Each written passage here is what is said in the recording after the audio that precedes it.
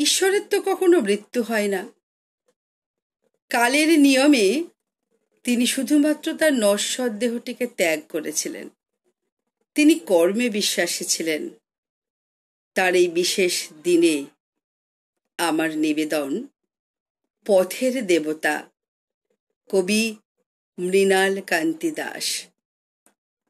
তিনি জানতেন পথ দুর্গম, পথে পথে যত কাঁটা, বিশ্বাস ছিল ফুল ফুটবেই, তাই থামাননি হাঁটা।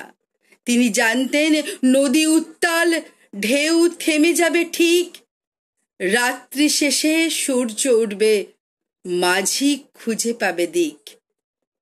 তিনি জানতেন হিংসা ঈর্ষা আদপে পারে না কিছু, যারা ভুলে তাকে অস্ত্র বানায় শেষে মাথা করে নিচু।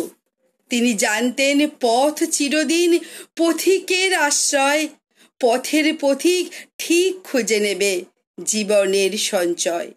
তিনি তো সাগর, যত অক্ষর অন্তরে রাখি লিখে, রথের দেবতা প্রণাম জানান পথের দেবতাটিকে।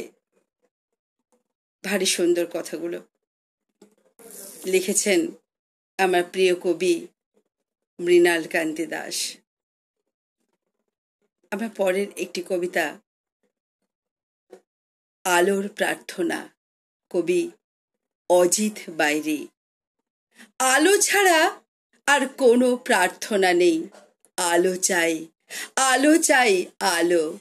ভোরের পাত্র থেকে উছলে পড়া আলো, সন্ধ্যার প্রদীপ থেকে উছলে পড়া আলো, রাতের নক্ষত্র থেকে উছলে পড়া আলো।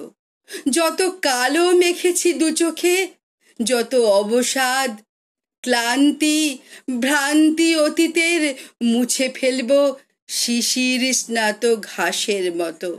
আলো ছাড়া আর কোনো প্রার্থনা নেই, পানের নিমিত্ত পেতেছি করতল। আলো দাও, আলো দাও, আলো।